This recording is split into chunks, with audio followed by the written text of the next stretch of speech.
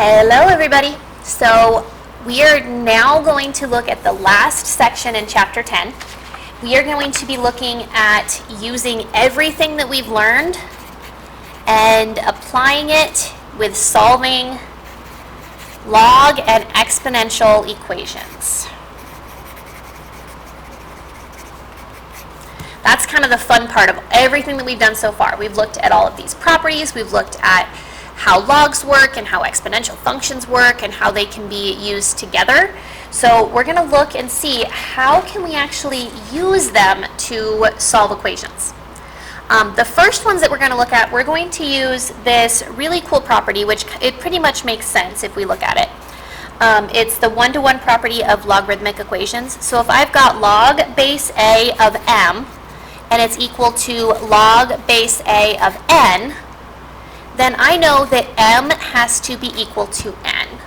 And that's something that we saw very similarly if I had a to the m power is equal to a to the n power, right, with our exponentials. I knew that m had to be equal to n. It works the same way.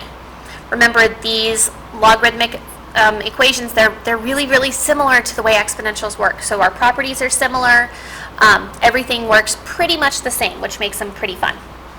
So what we're going to look at is an example where we have to use some of the properties from the previous lesson to be able to get our equation into this form. This is our goal, to have a log base a of something equals log base a of something.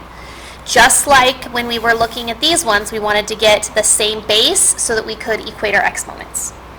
So what if I've got something that looks like this? 2 log base 5x is equal to log base 5 of 81. Right? So here I don't have log is equal to a log because of this little stinking 2 out here. Meh. That thing's causing problems. But it's being multiplied here, right? So I can use that power property to bring it back up there. So I've got log base 5 of x squared is equal to log base 5 of 81. Now I've got log base 5 and log base 5, so now I know that x squared has to equal 81. That's it. So I've got that x is equal to 9. Remember, when we're dealing with exponentials and logs, we don't have our plus or minus that shows up when we're solving in here because I can't have a negative number pop up in there. I could have fractions and all that kind of stuff because remember, I'm raising 5 to some power to get me that number, so it has to be a positive. So x is just going to be equal to 9. Okay, let's look at another one and see how we do. Let's look at one like this. Log base 2 of x plus log base 2 of x minus 2 is equal to log base 2 of, oh, hold on, I lost what I was doing.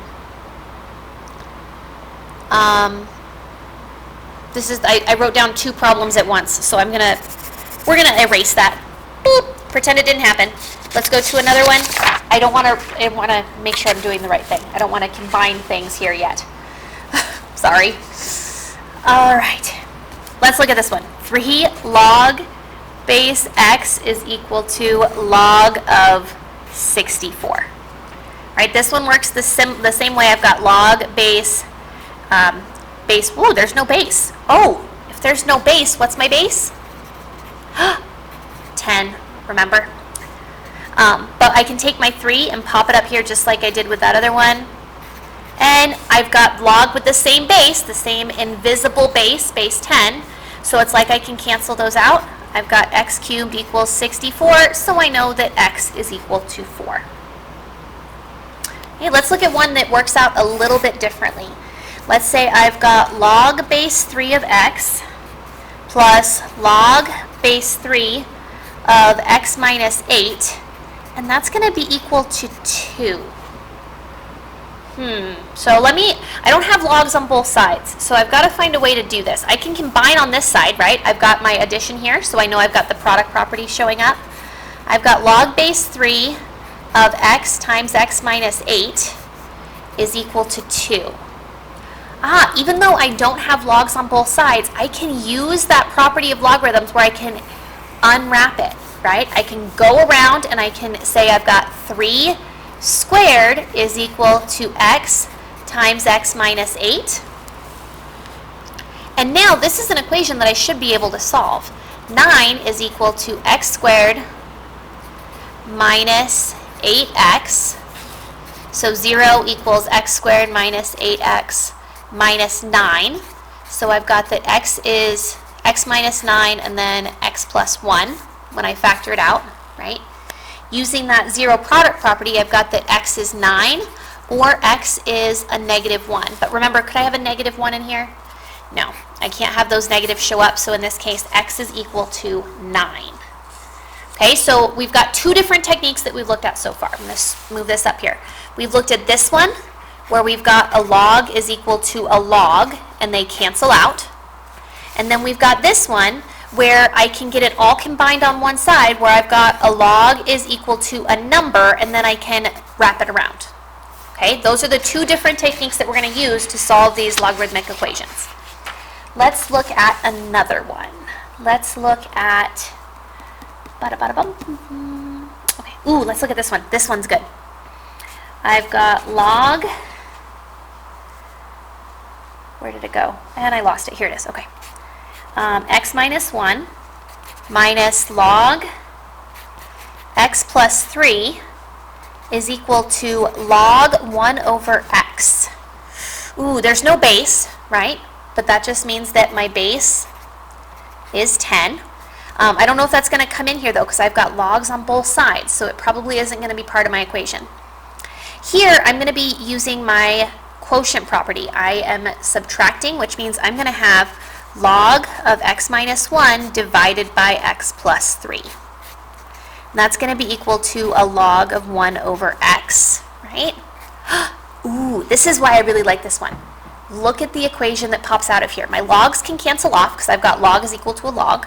So I've got x minus 1 over x plus 3 equals 1 over x. Who remembers solving these? I know that you guys love fractions and fractions and fractions. Remember, you can multiply by the common denominator, get rid of it, or in this case, because there's no addition or subtraction on either side, I can just cross multiply. I'm going to end up with x times x minus 1 is equal to x plus 3. X squared minus x equals x plus 3. I can bring everything over to one side. Minus 2x minus 3 equals 0. So I've got x minus 3 and then an x plus 1.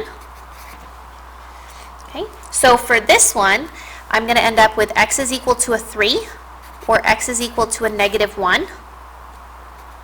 And this negative 1 is the one that causes problems. We look back up here to make sure that we're getting rid of any extraneous solutions, any numbers that don't work. Right? If I put a negative 1 here, I can't have a log of a negative number. So that one doesn't work, but this one does. So my answer is just x equals 3. Let's look at one more, just so we can make sure that we're feeling pretty good about these. Let's look at one that is a little bit more complicated. Sound good? Wait, where did it go? Hold on. I should probably be more prepared before I start looking at these with you. Oopsie daisy. Ooh, I like this one. Okay, log x plus 2 minus log of 4x plus 3 equals negative log x. See, this is why I like this one. Okay, this one is going to work out pretty similar to what just happened up here, right? I've got subtraction, so it became a fraction. Same thing here. Subtraction becomes a fraction. Hey, that's a good way to remember it. Subtraction becomes a fraction, right? On this side, though, what am I going to do? I've got this stingy little negative out in front of it. So when I'm looking at it, what I can do is I can actually turn that into a negative exponent, right? It's like there was a negative 1 there. And now I can rewrite it. Log of x plus 2 over 4x plus 3 is equal to log of 1 over x. Hey, that looks really similar to what we just did, right? But it didn't start off looking like that because of what we had there. So I've got x plus 2 over a 4x plus 3 equals 1 over x.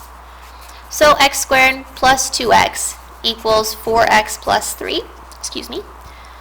Can bring stuff over. So x squared minus 2x minus 3. Oh, wow, we actually even get the same answer. Now that's pretty cool. See, notice it came out to be exactly the same. So I'm not even going to finish it up. We just know x is equal to 3. Okay? So we've looked at those now. Now let's see what we can do if we've got exponential equations. The ones that we looked at before, we might have had something like 2 to the x is equal to 8, right? And so we took it and we rewrote that 8 as 2 cubed, so then we knew that x was equal to 3. The problem shows up if I've got 2 to the x is equal to 7. I don't know what that is. I can't rewrite this as a power of 2. So that's kind of a bummer. Oops, that wasn't an unhappy face. There's my unhappy face. It's kind of a bummer. However, we do have a way that we can rewrite this. We can use our log function to unwrap it, right? So I'm going to have log base 2 of 7 is equal to x, right? I can unwrap it. Now on this side, I do have a way to maneuver this, right? If we remember our change of base, if I want to be able to get a decimal approximation for this, I'm going to have log 7 over log 2 is equal to x. This is my exact answer, but if I want a decimal approximation, I can just plug that into my handy dandy calculator. All right, I've got log 7 divided by log 2, and I get approximately 2.807. Okay, let's look at another one. Let's look at, not E yet. I don't want to look at E yet. We're going to look at E here in just a minute because those ones are fun. Let's say I've got 5 to the x is equal to 119. Okay, this is obviously not a power of 5. My answer is going to be pretty close to 3, but not necessarily all the way there because 5 cubed is 125, right? But I can unwrap it. And so I'm going to have log base 5 of 119 is equal to x. So using that change of base formula, I can get my exact answer, and then I know that x is equal to, I've got log 1919 divided by log 5. I've got 2.969. Okay? Now, if you've already looked at the worksheet, you're probably thinking, oh gosh, ooh, there's this e thing. E to the x is equal to, we'll go with 19. Okay? We haven't looked at e a whole lot. We looked at it a little bit when we started looking at exponentials. Remember that e, where's my little thingy?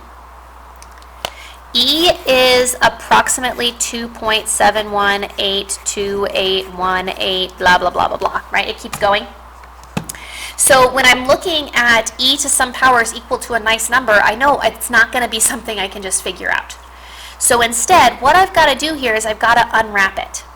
And so what we have is I'm going to have log base e, right, of 19 is equal to x. Now we actually have something really special. Log base e is ln. It's also known as the natural log, because our natural number is e, right? And so log base e is known as the natural log. Natural log shows up a lot, especially in science. You use it all the time because e is something that shows up a lot when you're dealing with population models and continuous growth, things like that. So when we're looking at this one, I can actually rewrite this as ln, not lne, sorry, ln of 19 is equal to x. So if I look at my calculator, you'll notice I actually even have a natural log button. So I don't have to go log base or log 19 log e, right? Instead, I actually can just use my natural log button. So I go natural log of 19, and I get that x is approximately 2.944. If I wanted to approach it like this would be log 19 over log e, and I can do that same thing. I can say log 19 divided by log. For me, my e shows up with a little exponent thing, but notice I get the same answer, right? I've got log 19 divided by log e to the first power, right? So there's nothing else going on there. But I get the exact same answer because it works the same way. Let's look at another one. Let's say I've got something where maybe it's not set up exactly like this, where I have something already by itself. What if I maybe have 4 e to the x plus 1 is equal to 16. Right? This one's a little bit different. I can't unwrap it and use my natural log or log, whichever one you want to use, until I get this thing by itself. So I have to divide both sides by 4 first.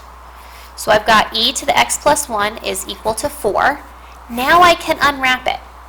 And I'm going to end up with log base e of 4 is equal to x plus 1. Or, remember, an easier way to write it is natural log of 4 is equal to x plus 1. I need x by itself still, though, so I need to subtract 1 from both sides. So I've got ln 4 minus 1 is equal to x. That's going to be my exact answer. If I want my decimal approximation, I'm just going to plug it in here. I've got ln 4, oops, you can't see, ln 4 minus 1, and I get 0.386. Okay? So hopefully these are feeling pretty good. You might have some maneuvering to do with them. Hopefully you'll be in good shape. I'm going to stop this video here, and then in the next one we're going to look at applications, because I know you guys love word problems so much. I will talk to you soon.